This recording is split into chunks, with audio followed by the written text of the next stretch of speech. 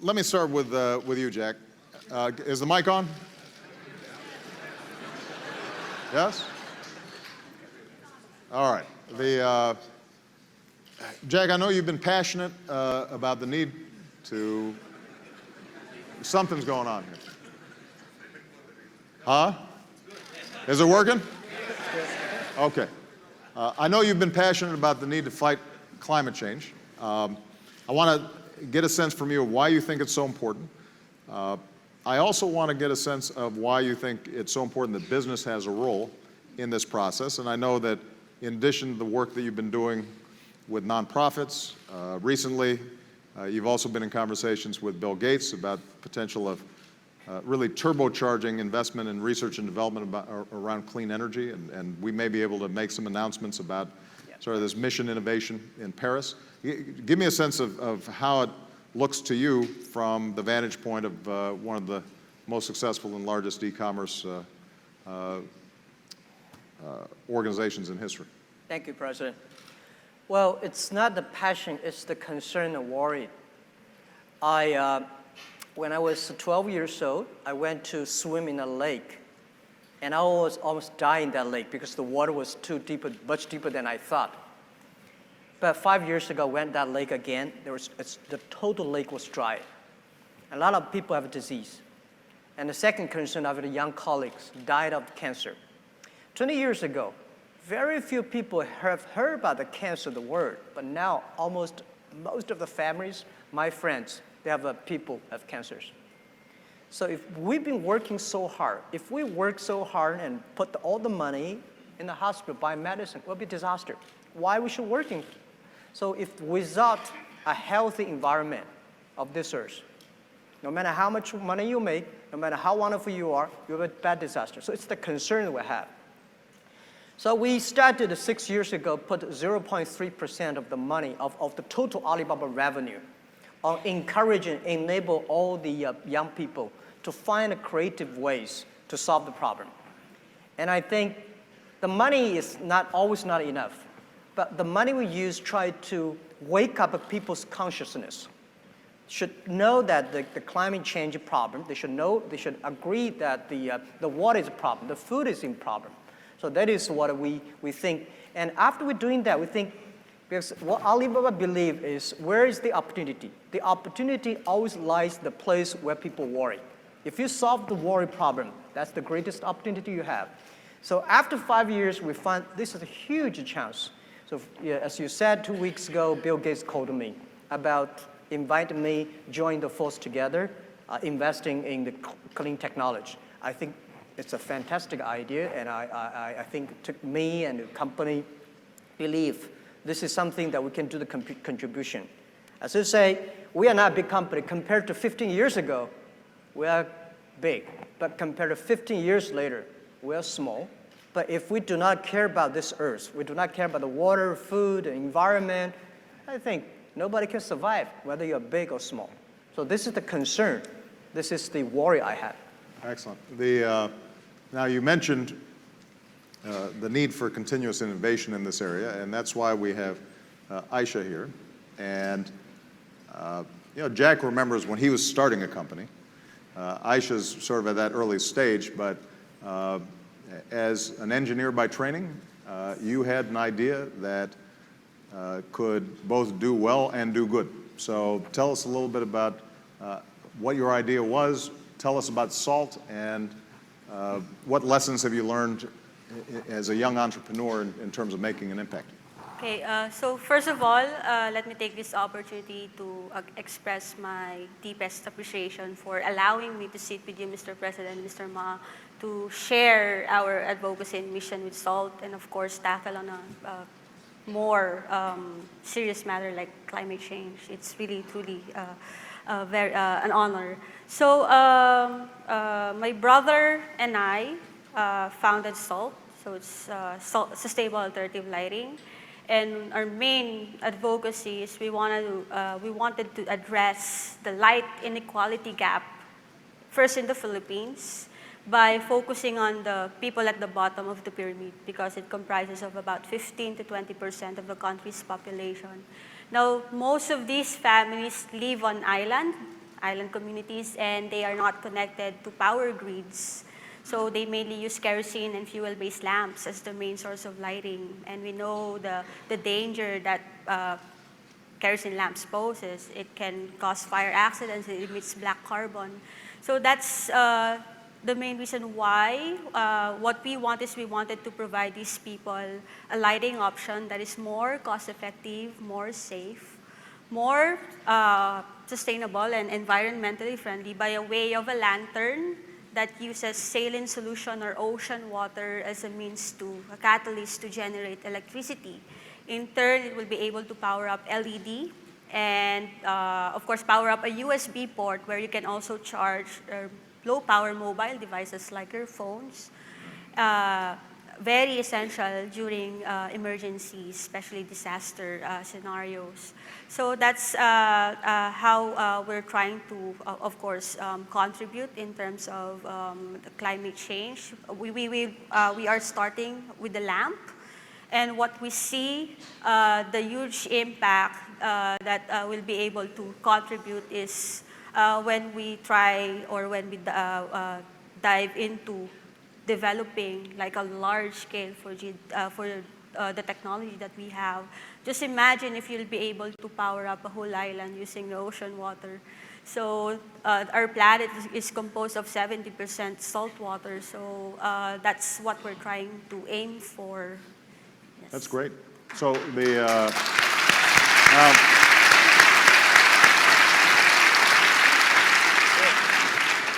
just to be clear, Aisha, so with some salt water, the device that you've set up can provide, am I right, about 8 hours of Yes, lighting? 8 hours of lighting. And all you need to do is you just have to replenish the saltwater solution, and then you'll have another 8 hours of And the lamp operating is time. $20, roughly? Around $20. Around $20, and it will last you for?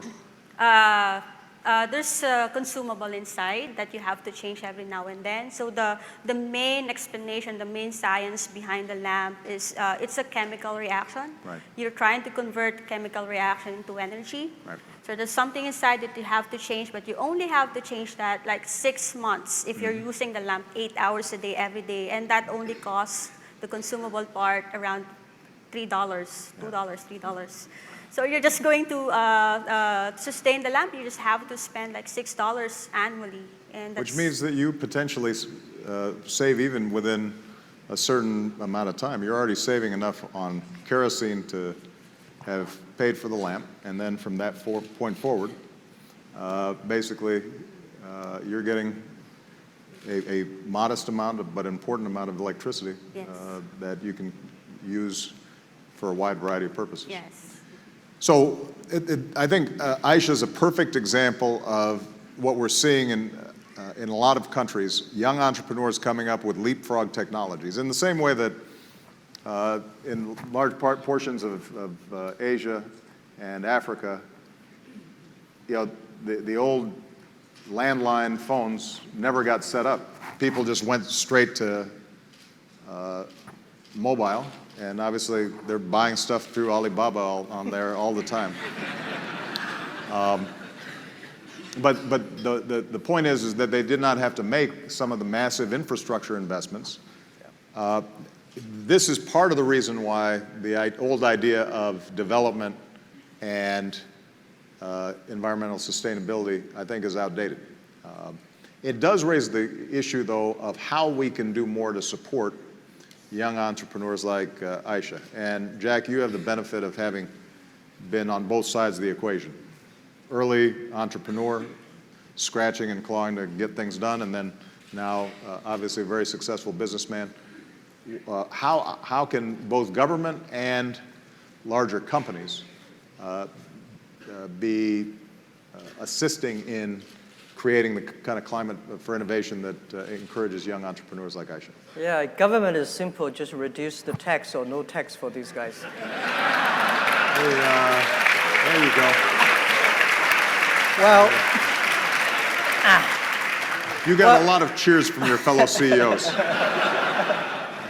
yeah, but I think I feel so excited by hearing the story. Like startup, for entrepreneurs like a baby. And I have 5 babies so far, experienced father. I Do mean, you the love them all startups. equally, or is there? Yeah. Do you have some favorites? You shouldn't say that. I do. You know, Alibaba, Alipay, Taobao. You know, these are the kids that I have. But one thing, my advice, we just had a discussion at the back office that nobody can help you. We can only help ourselves. Investors, government, and partners, they are uncles and aunties. You are the father. You are the mother of the kid. Don't give up the kid. Because when we start up talking about our kid, our passion, it all sounds crazy. But you are the guy, take care of the kids. But what we do is that we are a platform. Our job is to enable. We sold, on the 11/11 day, we sold $14.5 billion. And this year, we got like $500 billion sales totally on our platform. We do not sell anything. We empower others people to sell. So our platform is to empower the small business to realize their dreams. Company like that, we have a company that is, they have an APP helping trucks because the truck logistic, they normally deliver things from this city to that city full of packs. But when we come back, all empty. So the applications try to making sure all the truck drivers can find the resources. So our technology and platform try to empower this company. And last year alone, they saved $1.5 billion US fuel because of the thing. So I think using the technology in innovative ways and all other things, big companies, it's difficult for big companies to keep the innovation keep on. The innovation is always outside your company. So for us, when we see companies like that, we're excited. We put the money inside. We're using technology, and we also promote them on our platform if they are environment friendly. Excellent. Yeah. Aisa, what have been the biggest challenge for you in terms of scaling up? You've got a technology. You feel confident that it can work. She's won, by the way, a lot of prizes and gotten a lot of attention. So this is not like one of those infomercials where you order it and you can't make the thing work. It's but what have been the biggest challenges, and how could both the public sector and the private sector be more helpful in terms of encouraging young entrepreneurs like you? Well, based on our experience, I guess what we need here is like a support system, because we have the passion. So if you don't mind me telling you the backstory of how we started, the main inspiration of coming up with the application, a lighting application, was when I did a personal immersion up in the mountains of Kalinga. So there I learned of a story that because of scarcity of public transportation, people had to travel down the mountain and walk 6 hours just to get kerosene for their lamps. And they do that every other day. So we have the passion. So what we need is like a support system, both from the private sector and the government, to like mentor us, guide us how we can scale up the product or the project. And yes, we also need a lot of support in terms of funding. So that's where that's our main challenge right now. We're on a critical phase. We're trying to mass produce the lamp. So we're just looking for someone to fund us to get the project moving.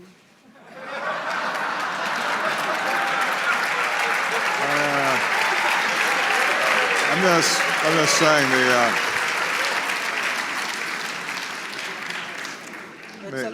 serving as a matchmaker here a little bit. But a couple of things, and I know we're running out of time, but I just want to comment on. First of all, I do think that there's a role to play for government in providing tax incentives for the production of clean energy. What's been interesting, if you look at solar, for example, heavy subsidies on the front end, but because of the trend lines in reducing the costs per BTU coming out over the last several years, it's exceeded many of our expectations. and increasingly the subsidies become less and less necessary. So early phase, you may need some support. Over time, less support. A second area, Jack, where I do think that the government has an important role to play, and I think you wouldn't disagree with this, is on basic research and development.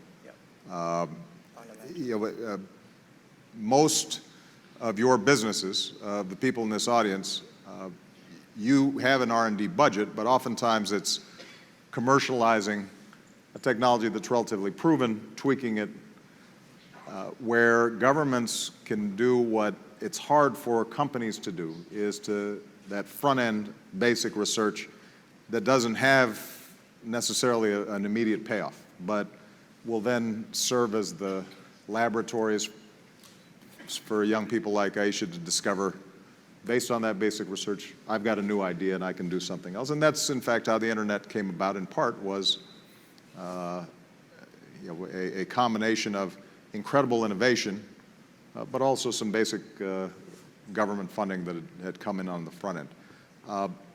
But the thing that I maybe want to ask you, Jack, sort of in closing, is whether you think that other businesses that you're interacting with and dealing with, particularly in the APAC countries, feel this same urgency that you do, or do you think that you're still an early evangelist for this and you have to persuade others a little bit more?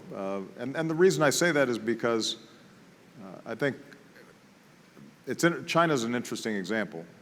Like the earlier patterns of England or the United States, when a country is growing rapidly, it doesn't pay a lot of attention to the environment. As it enters into sort of middle income status, suddenly people start looking at cancer rates, they start looking at the air, the water, and you become more conscious and that that's a good, a value that we have to price and care about. And I'm wondering whether you think your fellow business leaders are seeing that same kind of transition and opportunity in this region. Yeah, I think I take China, for example. I think today, because of the air in Beijing, the smogging, it caused attention and government and all the business changed a lot in the past 4 years. I just came back from Beijing 4 weeks ago. My throat was painful. And I think we organized called a Paradise Foundation. I invited 45 business leaders in China. All joined, all put the money inside. And we think that there are a lot of things business should do. It's too late to complain whose fault. Whether your fault or my fault, let's solve the problem together. It's the combined work of government, private sectors, scientists, and sociologists and philanthropists. We have to work in together. So I think the thing is that how we can work in a way more efficiently. I believe always you should have a philanthropic heart inside, but business away, because you have to get the things down. That is why scientists tell us how to do properly. Business should tell us how to get things done efficiently, and government should have the good environment and foundations of researching. And also we need a lot of media's guide to tell people how we do it. But I think this area, Asia Pacific, especially China, we are taking good actions, but we need to do in a way that is really workable. I bought a big piece of land in Brandon, Adirondack in the States, the forest. The reason I bought it is not for buying the forest. The reason I bought it is by the experience of how America solved the problem in the last century, 30s. How they solved the problem there. It will bring the technology, bring the know-how back to China, back to this part of the world.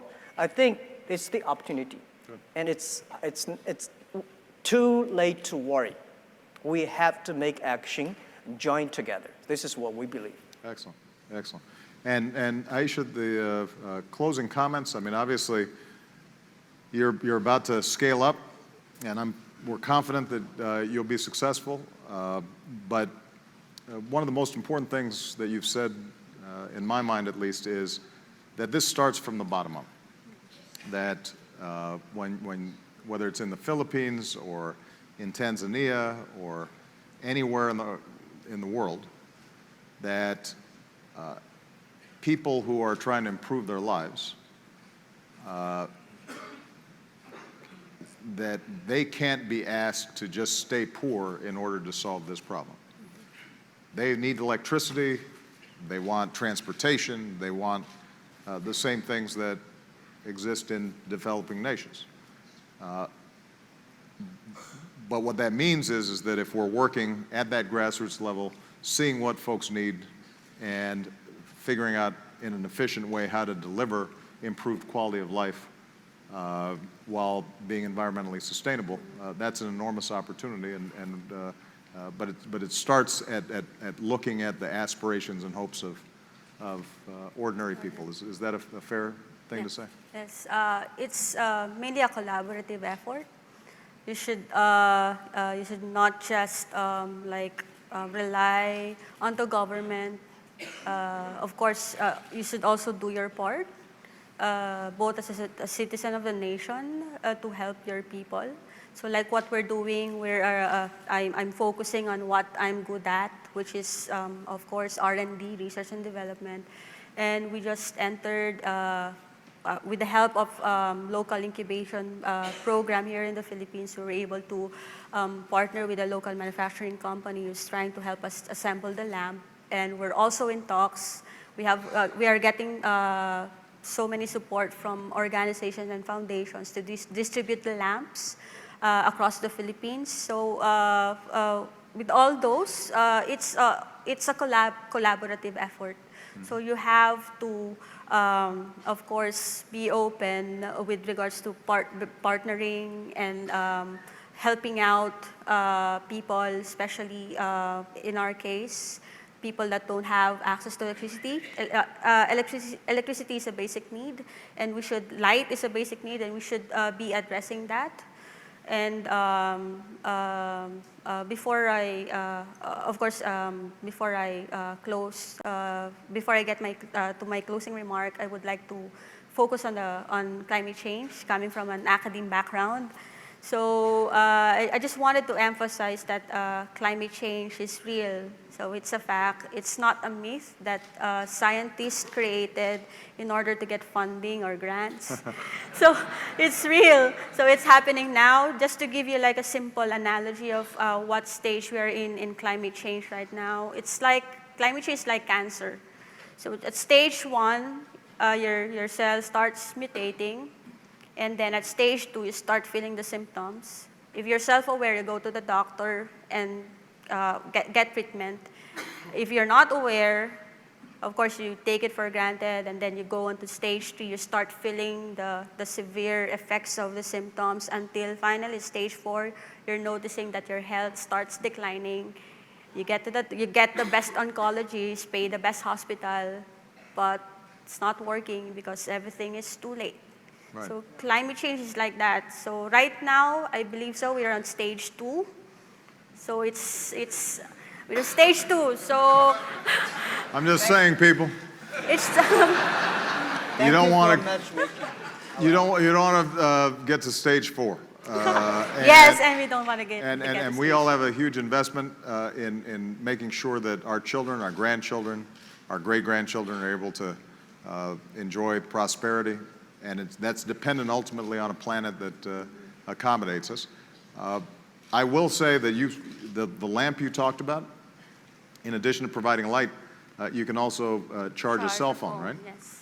And if people have these lamps, they're more likely to charge their cell phone, which means they're more likely to use e-commerce. Yes. Yeah. And more likely to purchase things through we'll Alibaba. sell it online. So I think that there's a synergy here. Everybody please give Jack and Aisha a big round of applause. Thank you.